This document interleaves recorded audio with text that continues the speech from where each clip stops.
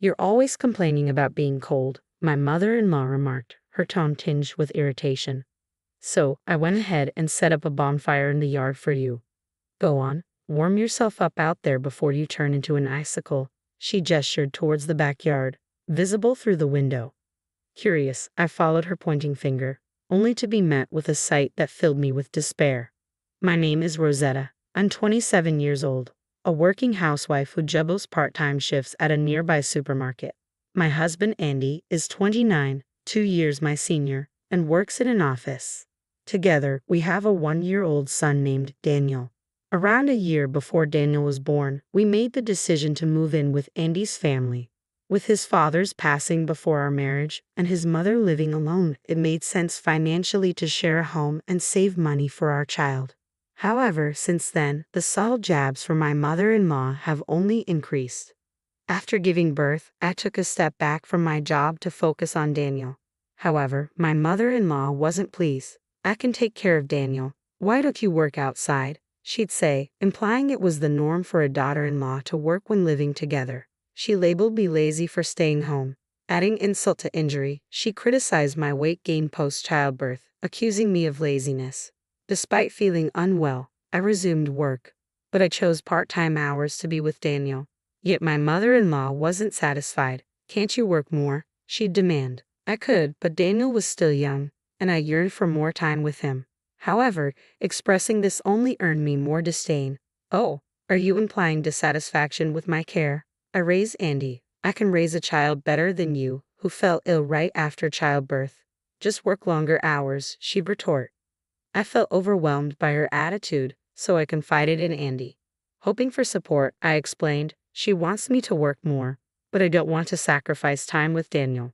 Can you talk to her? Disappointingly, Andy sided with his mother. Mom knows best about raising kids. You're only working part-time, right?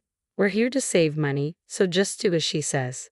Besides, you hadn't lost your post-pregnancy weight, he scoffed, echoing my mother-in-law's criticisms and urging me to work harder. One day, my mother-in-law decided to take matters into her own hands by calling my workplace and persuading them to increase my hours. Her connection with the part-time leader at the supermarket ensured my compliance. Unable to oppose this decision, I found myself juggling longer shifts alongside the already burdensome household chores. I barely had a moment for Daniel amidst the relentless demands. Leave Daniel to me, my mother-in-law would insist. You focus on work and house chores. And mind you, you haven't shed any weight yet, have you? It's rather unsightly, she'd remark, her criticisms cutting deep. Yet when Daniel needed attention or made a mess, suddenly, I was expected to intervene promptly. You're his mother?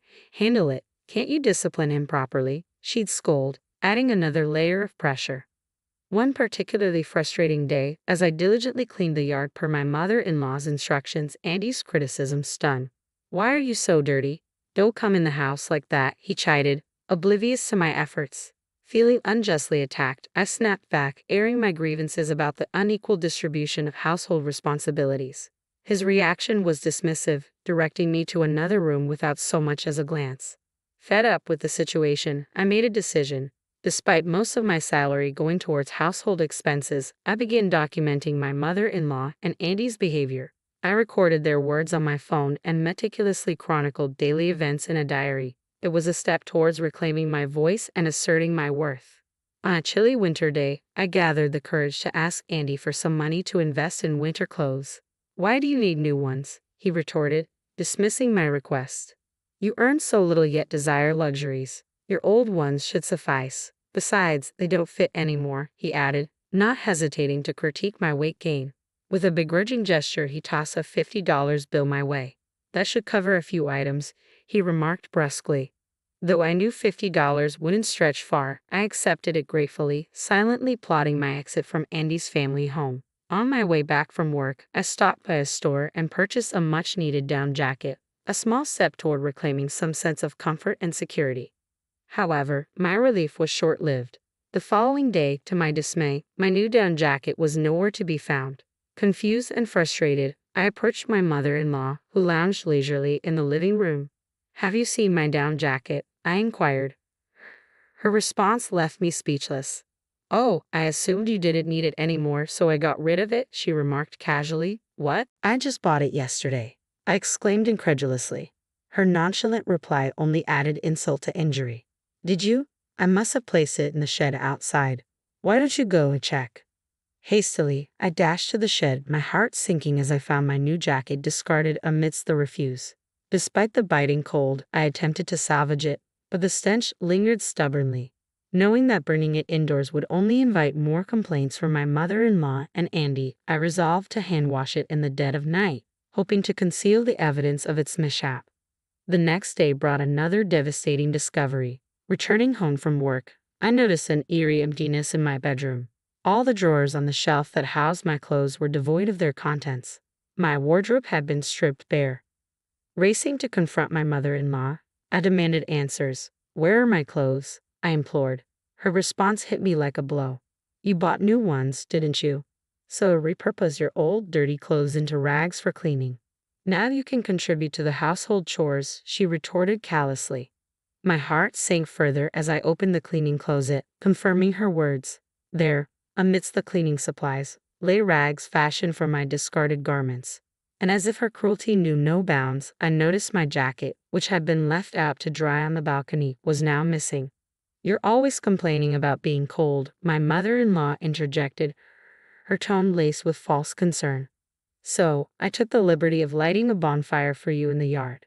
With a slight, insincere smile, she motioned towards the garden outside my window, where flames danced in the fire pit.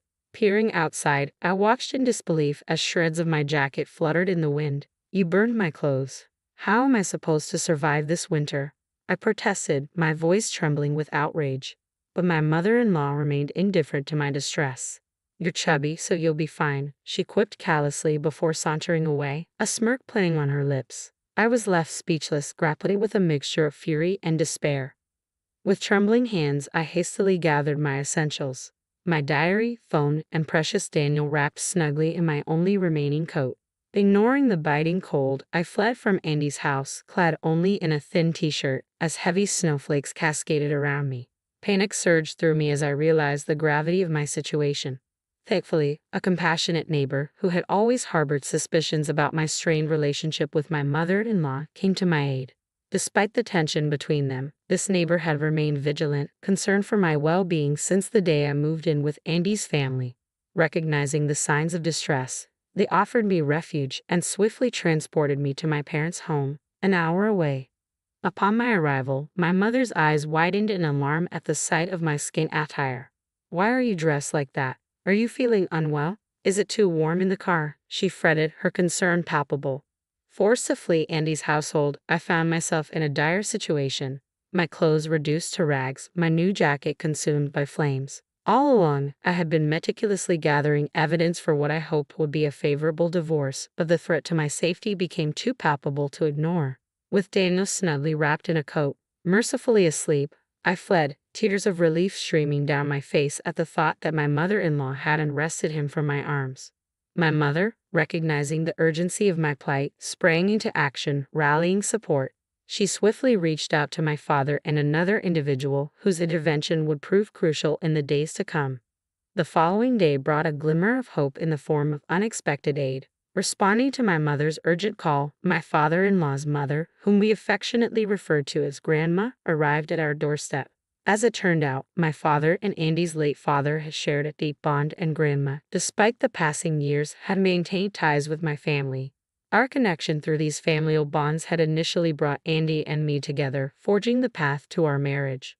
Before our union, Auntie, Grandma's daughter and Andy's mother, had exuded warmth and kindness towards my parents. However, the relentless pressure and harassment from Andy's mother gradually tainted Andy's demeanor, transforming his once affable nature into cold indifference towards me. As I laid out the evidence before Grandma, her fury mirrored that of my parents. Without hesitation, she sprang into action, swiftly contacting a lawyer to initiate divorce proceedings. In a matter of days, arrangements were made, and we, accompanied by my parents and Grandma, embarked on a visit to Andy's family home, leaving Daniel in the capable care of my nearby sister. Upon our arrival, my mother-in-law's reaction was predictably hostile. "Where's Daniel, you kidnappers?" she bellowed as she stormed out of the house. However, Grandma, undeterred, stepped forward to challenge her accusation. Who are you calling the kidnapper, you money grubber? She retorted, her voice dripping with disdain. Andy, apparently having taken time off work for the occasion, joined us as we gathered to discuss the impending divorce, Daniel's custody, and the fate of the family property. As tensions simmered, the lawyer laid out the plan. We're here to address Rosetta and Andy's divorce, determine custody arrangements for Daniel, and discuss the sale of this property, he announced solemnly. Andy scoffed at the notion of selling the property. What do you mean by selling the land? It's Dad's ancestral home, and Mom inherited it. You can't just sell it, he interjected derisively. The lawyer, however, remained unfazed, presenting a document outlining the overdue land rent payments spanning several years since Andy's father's passing. While the building may be under Andy's mother's ownership, the land itself belongs to Andy's father's family, the lawyer explained calmly. We've been lenient regarding the unpaid land rent, but now it's time to settle the debt and proceed with the sale. The document detailed the accumulated rent for the land over several years following the passing of my father-in-law. As my mother-in-law scanned the figures, a look of shock crossed her face. How can we pay this all of a sudden? She exclaimed in disbelief. Grandma swiftly silenced her with a stern quiet before addressing the issue at hand. We've been sending you notifications every month. You chose to ignore them, she rebuked. And more importantly, you need to make amends for how you've treated Rosetta. Unmoved, my mother-in-law attempted to deflect the blame. Rosetta's accusations. She's just my daughter-in-law. Why should it concern anyone else? She argued defiantly. She's probably making things up. She's always been deceitful, finding excuses to avoid chores and work. My mother-in-law continued, her voice rising in frustration as she directed her accusations towards Grandma. I've never lied simply because you believe I'm overweight, I asserted firmly, my voice trembling with suppressed anger. You've burdened me with endless chores, robbing me of precious time with my child.